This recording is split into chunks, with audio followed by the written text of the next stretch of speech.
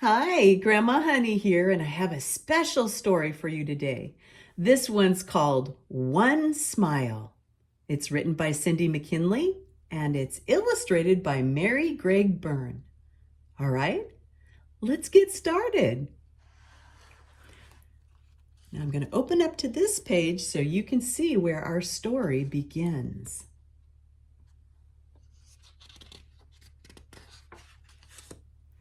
One breezy summer morning, Katie was walking through the park with her mother. "Hurry up, sweetheart," her mother urged, "or we'll be late for the bus."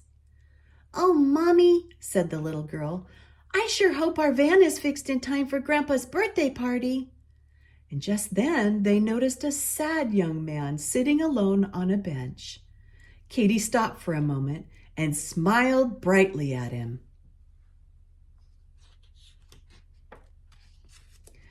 The young man had lost his job and was feeling very discouraged.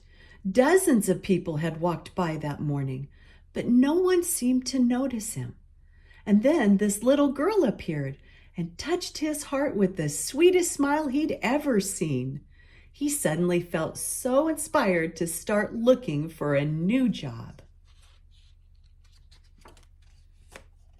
As he hurried down the busy street, the man saw a woman struggling to change a tire.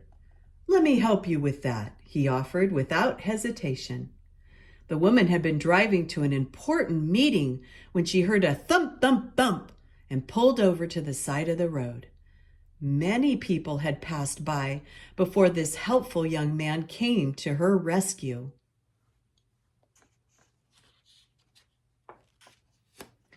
Later, as she finished lunch, the woman was still feeling grateful for the young man's help, so she left an extra large tip.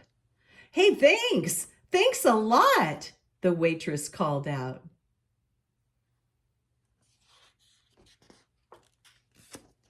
On her way home, the waitress decided to surprise her children. Using the extra tip money, she picked up sodas, potato salad, and fried chicken. And then she bought the soccer ball her children had been hoping for. "Surprise!" she called out. "Let's go have a picnic." "Wow, Mom," her youngest boy exclaimed. "You're the best. Hey, can we invite the girl next door? She's new in town and she doesn't have any friends yet." "Good idea," his mother said. "Let's invite the whole family."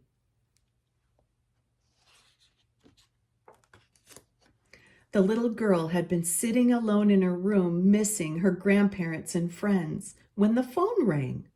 She couldn't believe the boy next door was calling. "Well, maybe we could be friends," she thought. And the girl and her parents brought some homemade brownies, and they all enjoyed a very special evening together in the park. After she got ready for bed, the little girl couldn't wait to call her grandma back home on the farm. "Guess what, Nana? We had a really fun picnic with our neighbors. I think I'm going to like it here after all." Nana could hear the excitement in her granddaughter's voice. "Well, honey, I sure miss having you around," she said, "but I'm glad to know that you're making new friends."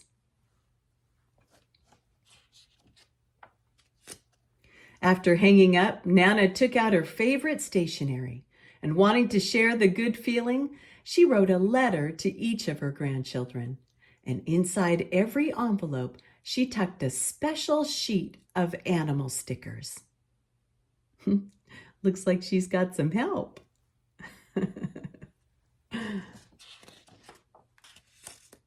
Nana's youngest grandson was about to leave for the doctor's office when his letter arrived. All morning, he had been nervous about getting a shot.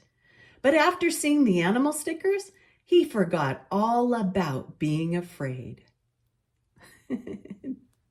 Those are cute kitties. In the doctor's waiting room, the boy sat next to a sad little girl with a cast on her arm. "Here," he said, "maybe my new animal stickers will help you feel better."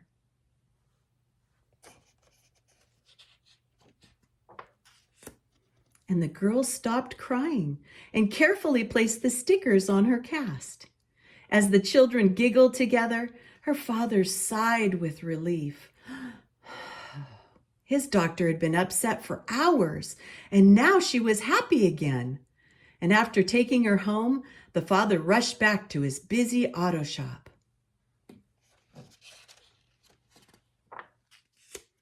That night, a young man walked into the shop. "Do you have any job openings?" he asked. "I work hard and I'm good at fixing cars." And still remembering the little boy's kindness in the doctor's office, the girl's father decided to give the stranger a chance. "Well," he said, "I could use some extra help. Let's give it a try." The grateful young man arrived early for work the next morning. His first job was completing the repairs on a dark green van. And just before noon, he returned the keys to a woman and her daughter. "I'm glad I could help fix your van," he said. "Thank you," said the little girl. "Now we can go to my grandpa's birthday party after all."